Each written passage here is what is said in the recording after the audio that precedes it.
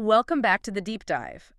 We know exactly who you are. Mm. You're the learner. You're that person who wants to, cut through the absolute avalanche of noise out there, bypass the basic introductory stuff, and just get straight to the aha moment. Right, skipping the fluff. Exactly. And you want it done with a respect for your time. So we have a really fantastic mission for today's deep dive. We do. We are unpacking a massive, comprehensive dossier on the intersection of nutrition, diet, and athletic performance. We're going from the granular, microscopic biochemistry of energy conversion all the way to practical strategies for building what the sources refer to as a calisthenics diet.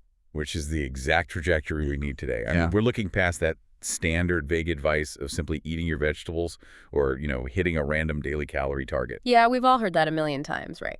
We want to connect the dots between the specific chemical composition of what we consume, how our bodies actually process that fuel, and why it matters for our overall health. And just to give you a sense of where we are heading, we're going to look at why drinking only pure water during an intense workout can actually trigger a life-threatening medical emergency. That one is always a shocker. It really is. And we are also going to examine the modern grocery store, like how the food industry uses our psychological biases against us. Did you know that the healthy-looking brown bread you buy might just be highly refined white bread dyed with molasses? Oh yeah, the grocery aisle is a total psychological minefield. But before we get to the supermarket, we really have to understand the fundamental physics of the body in motion. Okay, let's unpack this. Because the sources start with a great engine analogy to explain our baseline energy needs. Right, comparing a casual athlete to a competitive one. Exactly. Say you are playing a laid-back game of volleyball. You might burn an extra 100 calories. But if you are a competitive endurance athlete, like a marathon runner or a cyclist, you are looking at requiring 2,000 to 6,000 extra calories. Which is a massive engine requirement. It is. And it's easy to focus solely on the intensity of the workout, but weight is a huge factor. The text highlights a very specific example. If a 200-pound person and a 150-pound person both run a 5K race, the energy demands aren't even close. No, not at all. It's pure physics. Right. The heavier runner requires significantly more energy to move that extra 50 pounds across the exact same finish line. What's fascinating here is how the body actually chooses to fuel that movement. We all know the big three energy-yielding nutrients: carbohydrates, proteins, and fats. The macros. Exactly, the macros. But the body has a very strict hierarchy for processing them. Carbs are the absolute preferred fuel. Because they're the easiest to burn. Basically, yes. They digest into glucose, which is the most frictionless molecule for your cells to convert into ATP. Adenosine triphosphate. You got it. Yeah. The fundamental energy currency of the human body. And actively training athletes need a ton of it. To maintain stored glucose, which is called glycogen in their muscles, athletes need 6 to 10 grams of carbohydrates per kilogram of body weight. Which is a massive volume of carbs just to keep those ATP pathways saturated. It really is. Yeah. But then we contrast that with protein. The body absolutely hates burning protein for energy. I love the analogy here. The body is like a really stingy mechanic who refuses to burn the expensive spare parts for fuel. That's a great way to look at it. The body relies on protein for structural repair. It actively resists using it for energy unless you are under severe metabolic stress. So what are the actual protein numbers we should be looking at? For the general population, it's about 0.8 grams per kilogram of body weight. But for competitive athletes who are constantly tearing down muscle tissue, that requirement jumps to between 1.2 and 1.7 grams. Here's where it gets really interesting, though. We've talked about carbs and protein, but let's talk about the fat myth. Oh, this is a big one. For a long time, people assumed athletes should completely avoid fat, but the text explicitly shatters that. Even slender, highly conditioned athletes rely heavily on fat for endurance. They absolutely do. And eating a low-fat diet actually reduces athletic performance. The physiological mechanism here is vital. When an athlete pushes hard for a long time, their muscle glycogen stores start tapping out. The body has to shift to breaking down fats for energy. And if you don't eat enough fat, your body forgets how to do that efficiently. Essentially, yes. You lose that metabolic flexibility. Both the general population and athletes need 20 to 35% of their daily calories from fat. But we are talking about specific types of fat, right? The sources say to aim for 30 to 45 milliliters, which is roughly 2 to 3 tablespoons of unsaturated fats daily. Precisely. We aren't talking about loading up on deep-fried foods. We're talking about non-hydrogenated oils, olive oil, canola oil, targeted unsaturated fat. Okay, so we have the fuel sorted. But as the engine runs, it gets hot, which brings us to the hidden dangers of hydration. This is a crucial warning from the text. Yeah, because we're constantly told to just drink more water.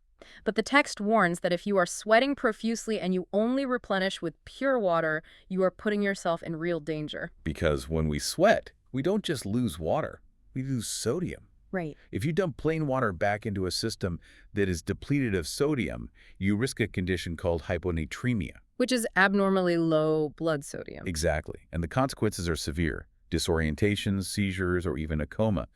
The water essentially rushes into your cells to balance the sodium concentration, causing them to swell. And when that swelling happens in the brain, It's a medical emergency. This perfectly explains the scientific need for sports drinks with electrolytes. They keep that sodium balanced during intense exertion. losing sodium is one way. Intense exercise stresses the system, but on a microscopic level, there is a completely different kind of chaos happening. Oxidative stress. Yes. The text uses a fantastic visual here. It explains that exercise increases the production of free radicals, and it describes them as bouncing around inside your body like marbles in a pinball machine. That is such a vivid analogy. Isn't it? They are just smashing into your cells and causing structural damage. And this is exactly why we need antioxidants: vitamin C, E, beta-carotene, and selenium. These act like bumpers in that pinball machine. They neutralize those free radicals before they can damage your cells. And alongside those antioxidants, you also desperately need iron, right? Because iron helps your hemoglobin actually carry the oxygen to your muscles. Right, without iron, your oxygen supply chain just shuts down completely. Okay, so we've covered the microscopic biochemistry. But how do we actually shop for this? How do we navigate the grocery store aisles? This is where the calisthenics diet comes into play. And the primary rule is beautifully simple: say no to junk food. Sounds easy in theory, but the modern grocery store is a minefield of fake health foods. Let's talk about the brown bread trap I mentioned in the intro. This one makes people so angry when they find out. I mean, you see a loaf of brown bread and you instantly assume it's whole wheat and full of fiber, but the text points out that color literally means nothing. Nothing at all. It's often just highly refined white bread that has been colored with molasses to look rustic. So what are we supposed to look for? You have to read the ingredient list. Ignore the front of the package.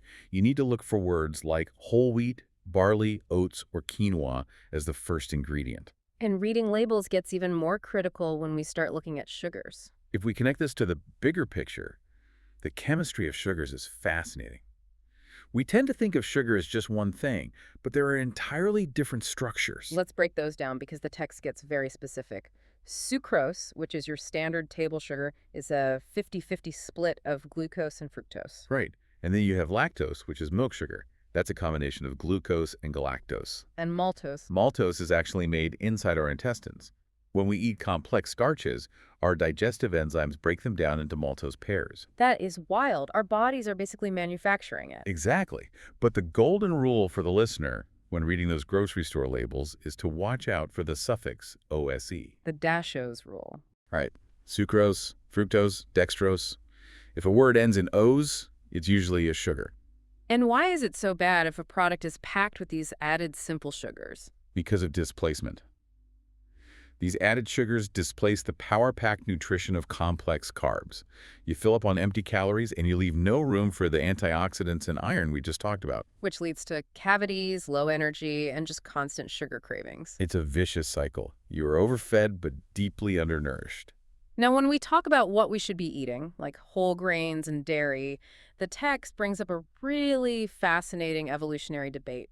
It does, and it's a huge topic in nutritional science right now. Because we just said whole grains and dairy are good, but there is an argument against them using evolutionary logic. Right. The timeline is what makes this so interesting. Humans didn't consume cow's milk or large amounts of cereal grains until the agricultural revolution. Which was roughly 10 to 12,000 years ago. Exactly. Yeah. And in evolutionary terms, 10,000 years is just a blink of an eye. So there's an ongoing debate about whether our bodies, our genetics, have actually had enough time to evolve to handle these foods well. Which would explain why things like lactose intolerance are so incredibly common. We are basically running modern agricultural software on ancient hunter-gatherer hardware. That's a perfect way to phrase it. So what does this all mean? We've got macro ratios, hydration dangers, fake bread, hidden sugars, and now evolutionary mismatch theory. How can you actually put this all together without getting totally overwhelmed? The solution provided in the source material is surprisingly low-tech. A food diary. Yes, but not just a casual diary, a rigorously honest one. The text is very clear on this. Brutal honesty. You have to write down absolutely everything. Breakfast, lunch, dinner, the cream in your coffee, and especially those late-night munchies. And we should clarify, this isn't about guilt.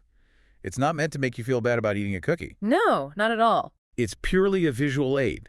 It's an act of self-discovery to see where those empty dashos calories are sneaking in. Because we are notoriously terrible at estimating what we actually eat. We really are. We think we are eating perfectly, but the diary exposes the stealth calories that are actively preventing physical gains. Okay, I think it's time to synthesize everything we've covered today. Let's do a quick recap. First, fuel your body based on your actual engine output. Account for your weight and your training intensity. Second, don't fear the fat. You need those unsaturated fats for endurance and metabolic flexibility. Third, hydrate smartly. If you are sweating heavily, pure water isn't enough. You need electrolytes to prevent hyponatremia. And when you are at the grocery store, defend yourself.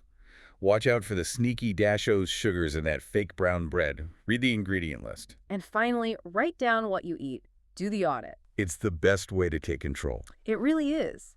Now, before we go, we want to leave you with a final thought to mull over, building directly on that evolutionary debate we touched on. Yeah, this is something that wasn't explicitly spelled out in the source, but it logically follows. We talked about how some scientists argue our bodies haven't fully adapted to the grains and dairy introduced 10,000 years ago during the agricultural revolution. Right. If that's true, if 10,000 years isn't enough time to adapt to wheat, it raises an incredible question. How on earth is human digestion going to evolve to handle the absolute explosion of highly processed, chemically engineered foods that have only existed for the last 50 years? The ultra-processed stuff with massive amounts of added sugars and preservatives. Exactly. What will the human stomach have to look like 1,000 years from now just to survive our modern grocery stores? That is a wild thing to think about. We are forcing an evolutionary bottleneck based entirely on convenience foods. It's definitely something to chew on. Quite literally. Thank you so much for joining us for this deep dive. Stay curious, make sure you actually read your nutrition labels, and most importantly, enjoy your next meal. We'll catch you next time.